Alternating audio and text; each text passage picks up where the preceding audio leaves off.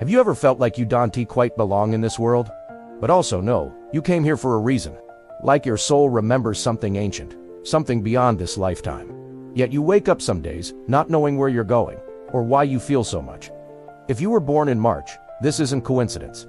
It's calling. You are not lost. You are not broken. You are not too much. You are the bridge between the unseen and the seen. You were born between seasons, between winter's silence and spring's awakening. And your soul reflects that. Deep, sensitive, mysterious, and absolutely essential. Before we begin, I want you to do something simple, but powerful. If you were born in March and this already resonates with you, drop a comment below. Let this space become a portal for the awakening souls to find each other. Subscribe to this channel because each month, we unlock the spiritual energy behind your birth. Let's go deeper. Carl Jung taught that each human being carries not just a personal story, but an archetypal imprint, a blueprint embedded deep within the collective unconscious. If you were born in March, that imprint is one of the most profound. You are here to feel what others fear, to speak truths that often have no words. Growing up, you likely felt misunderstood. You were too emotional, too quiet, or too dreamy. But what no one saw is that your inner world was vast. You saw things others didn't. You sensed things before they happened. You questioned everything. Not out of rebellion, but because your soul couldn't accept shallow answers. That's the March soul. You weren't born for surface. You were born to dive, to explore, to awaken, to walk the line between magic and reality, and bring back the wisdom that lives in between. In Jungian terms, this is a life shaped by the self's yearning for union, not just with others, but with the divine. People born in March often feel a mysterious pull toward the transcendent. They may not be religious, but they are spiritually wired. They're drawn to meaning, to mystery, to dreams, to symbols. They long for experiences that shatter the illusion of separation, between self and soul, between ego and spirit. But here's the paradox. The more spiritually awake you are, the harder this world can feel. The more you feel, the more vulnerable you seem. The more you know, the more isolated you become. And that's what makes the March soul both incredibly powerful and deeply tested. You carry a sensitivity that is ancient, not weakness, wisdom. The kind that doesn't speak to impress, but listens to understand. The kind that sees through facades, but rarely reveals its own. The kind that loves with the depth of oceans, but fears being consumed. You love, you hurt, you heal, and sometimes you hide. Because the world doesn't always know what to do with someone like you. And maybe, if you're honest, sometimes you don't know what to do with someone like you either. But let me remind you of something. You were never meant to fit in. You were meant to remember what this world forgot, to dream wildly, to feel fully, and to remind others, by your very existence, that there is more to this life than meets the eye. This is not poetry. This is purpose. The month of March holds the energy of awakening, not just of the earth, but of the soul. And those born in this portal are tasked with carrying the spark into the world. Carl Jung believed that within every soul lies a spiritual instinct, an innate pull toward wholeness. That instinct is alive in you, and it's why you've always sought depth over distraction, truth over approval, connection over control. You were born to follow something most people can't see, to hear what hasn't been spoken, to trust what your heart knows, even when your mind doubts. You are not naive, you are tuned, faithful to what can't be measured, but can be felt. So if you've ever wondered why you cry at beauty, why you carry other people's emotions, why silence sometimes feels like home, now you know. You're not broken. You're built this way. Because the world needs exactly this kind of soul right now. People born in March often feel like old souls, and not in the romanticized way, but in the quiet heaviness of knowing things you can't explain, in the fatigue of feeling too much, too soon, in the loneliness of not being able to unsee what others refuse to acknowledge. This is one of your first spiritual wounds. You woke up early. You saw the world's contradictions before you had the tools to process them. You felt people's pain before they had words for it. You sensed danger where others saw safety, and beauty where others saw nothing. Carl Jung described this process as being overtaken by the unconscious. For the March soul, the unconscious doesn't just whisper. It floods dreams, visions, feelings, gut reactions. A life lived in between dimensions. Part here, part somewhere else.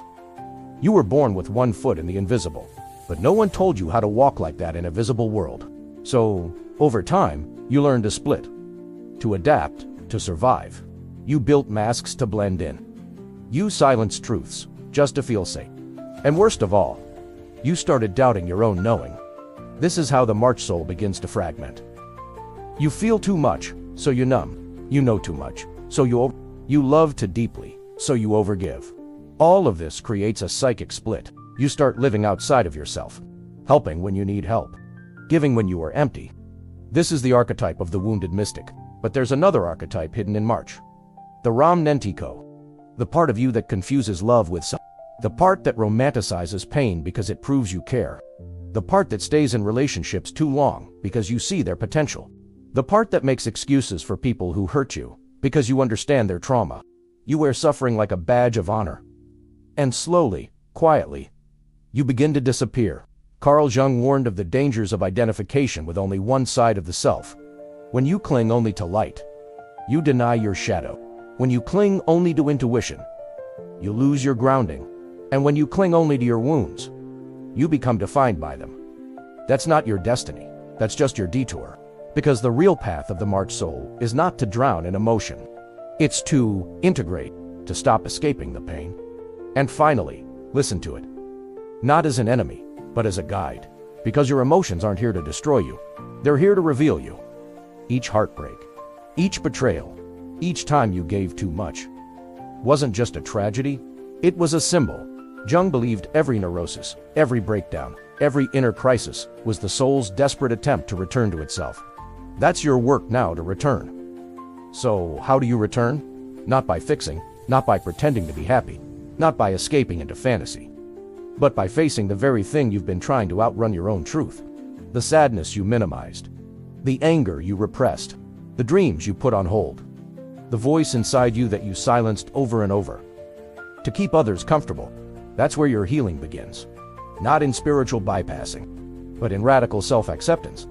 You begin to say, no more shrinking to be loved, no more fixing others to feel worthy, no more confusing sacrifice with soul. Because you're not here to bleed for others. You're here to shine, softly, steadily, sacredly. And to do that, you must reclaim the parts of yourself you abandoned. Think of it this way. Your sensitivity is not the problem. But to walk through it, you have to stop numbing. Stop escaping. Stop using your gifts to run from your wounds. That's how the mystic becomes whole. By facing what's inside, without judgment, without shame. By learning to hold your own emotions as sacred. This is where the transformation begins. Not when the pain ends, but when you stop letting it control the narrative. You were born in March. You were made for this work, the healing work. And when you do it, you don't just change your life, you change the energy of everyone you touch. Because when a mystic becomes conscious, they don't just feel, they transmit. By now, you're beginning to understand. You weren't born in March by chance. Your soul chose this in-between space. Between endings and beginnings. Between winter and spring. Because that's exactly what your mission is. You are a threshold. You are the place where people come to wake up. To feel again. To see what they've buried. To believe in what they forgot. Carl Jung described individuation as the process of becoming whole. Not perfect, not pleasing, but fully yourself. And for March souls, individuation isn't optional. It's the only path forward. Because you can't live a divided life. Not anymore. You've seen too much, felt too deeply, lost too many parts of yourself trying to survive. Now, it's time to reclaim. You reclaim by owning your vision. Even if no one else sees it yet. You reclaim by trusting your dreams. Even if they don't make sense yet. You reclaim by honoring your silence. Even when the world gets loud. This is your sacred rebellion. Your quiet revolution. You don't need to shout. Your energy already speaks. The March soul heals the world, not by preaching, but by presence. Not by answers, but by asking the right questions. Not by fixing people, but by reflecting their truth back to them. You are the mirror. The channel. The portal. When you are rooted, others feel safe to go deeper. When you are honest, others feel permission to be real. When you are gentle, others soften too. You create energetic permission. And that, in today's world, is more powerful than any title, trend, or tactic. But let us be clear. This doesn't mean you have to be everyone's healer. or always available, or responsible for others' growth. Your only job is to become the clearest version of yourself, because your clarity heals more than your sacrifice ever could. So how do you live this truth daily? You protect your peace. You say no when your body says no. You let people misunderstand you if it means staying true to your soul. You stop waiting to be ready and start acting from your inner knowing. You let your life be art, ceremony, and quiet power. You start leading energetically. You start living as if your presence is enough. Because it is. Jung often wrote about the collective unconscious, that place beneath the surface, where all human experiences converge. The March soul lives there.